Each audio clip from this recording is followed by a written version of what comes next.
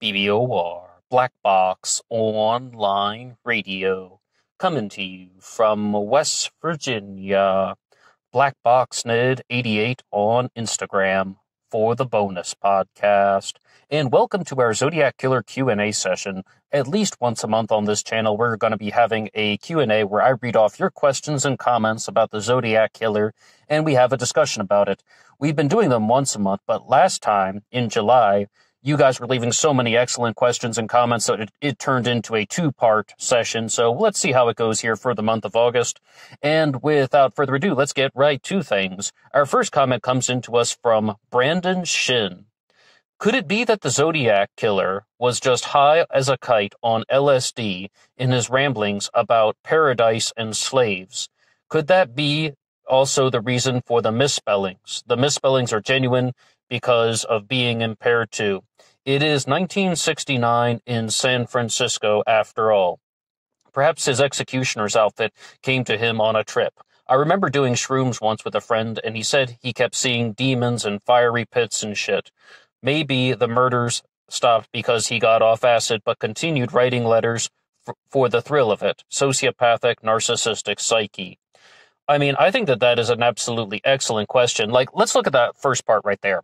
Number one, could some of these things that the Zodiac Killer was talking about in the 408 cipher, as well as some of the other things that he mentioned about the collection of slaves in paradise? I will be reborn in paradise, and those who I have killed will be my slaves. Where's that coming from? When we did our upload on the psychological profile of the Zodiac Killer, we talked about Dr. Todd Grande's claim that the Zodiac was either delusional for making that statement about slaves in paradise, or he was trying to make people think that he was delusional because he's trying to make people think that he is something in which he is not. One of the things that was excluded was, could this have been an inspiration from something? Could he simply be talking about something he experienced after tripping on LSD?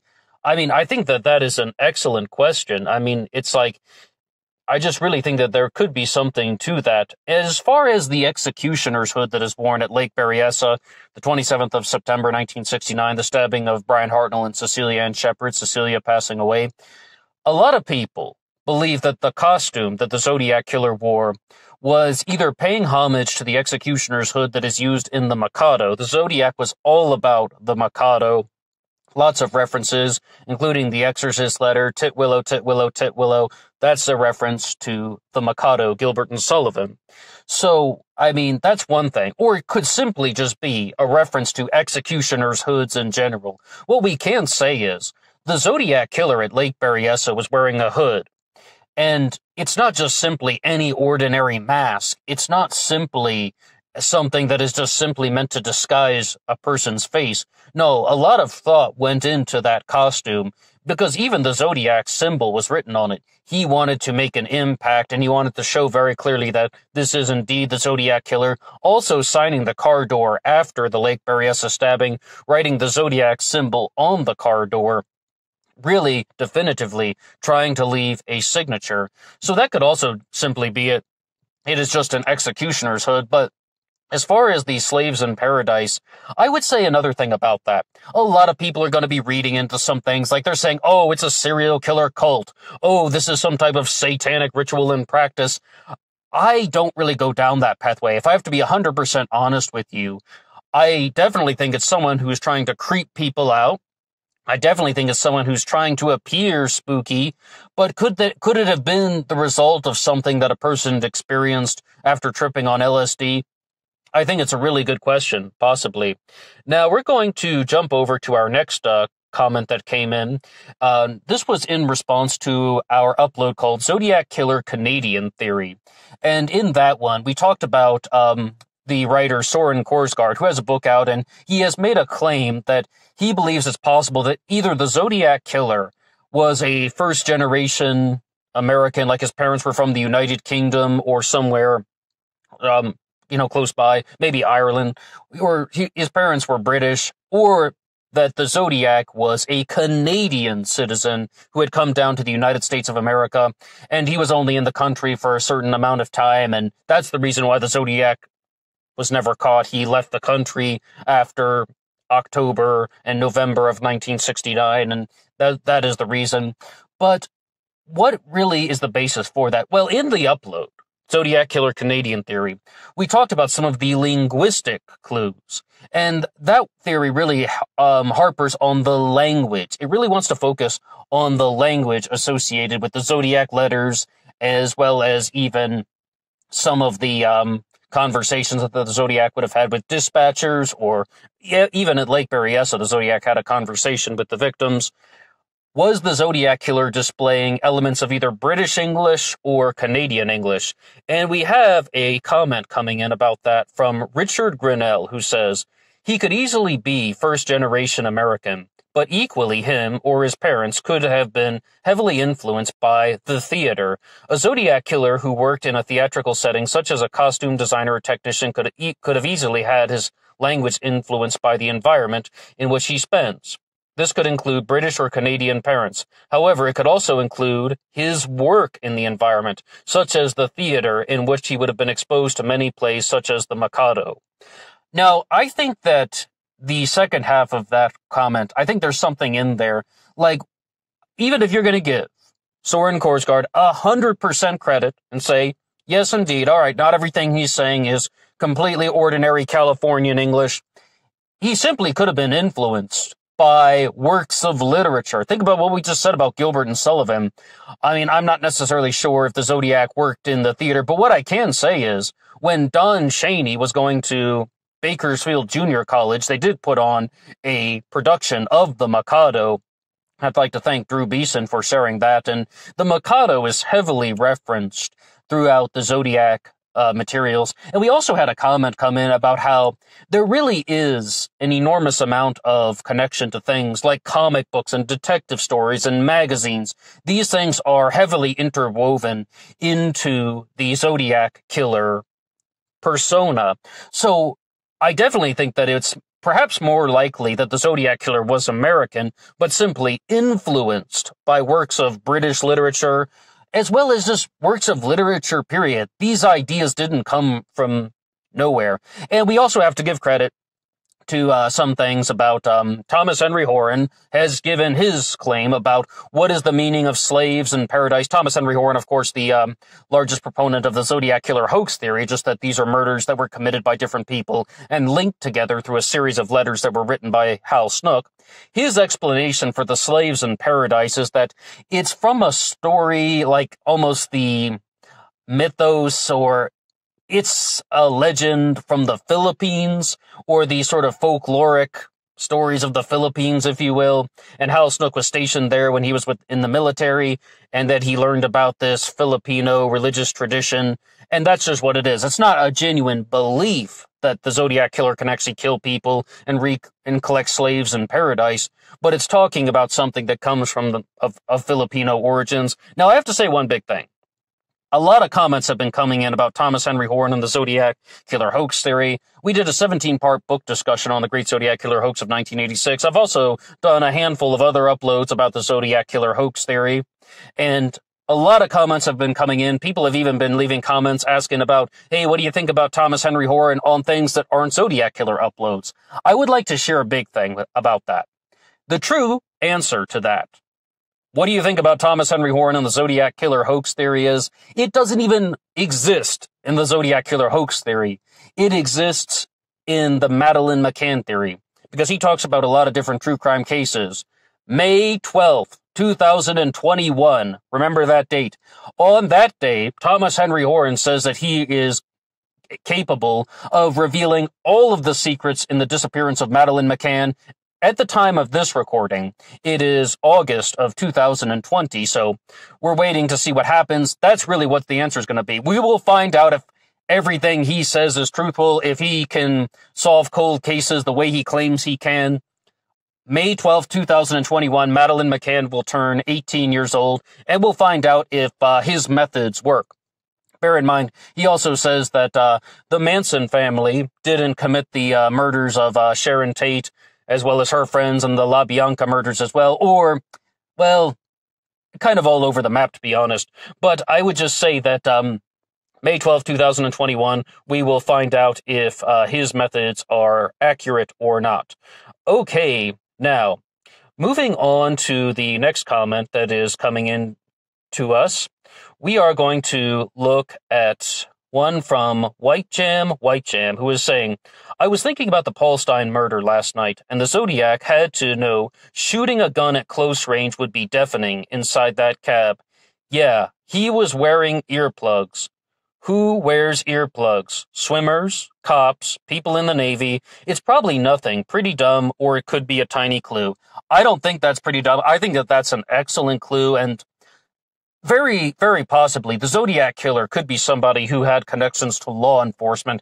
Out of those things that we listed there, I mean, perhaps ex-Navy. I mean, a lot of people were ex-military. Many of the suspects are ex-military in the Zodiac Killer mystery, but wearing earplugs, a lot of people think that this would be somebody who would be very familiar with gun ranges, as well as someone who would perhaps be involved with law enforcement. And much like in the Golden State Killer case, the Golden State Killer is using all of the things that he is learning in law enforcement to avoid getting caught. He's learning how to commit these crimes, pretending to be a person who just wants to catch bad guys, and then he's an even more evil person himself, though. So that would be another thing that I would just like to note. I think that that's an excellent observation. Yeah, it's highly possible the Zodiac Killer was wearing earplugs if he was going to fire the gun inside the taxi cab, talking about the Paul Stein murder, October 11th of 1969.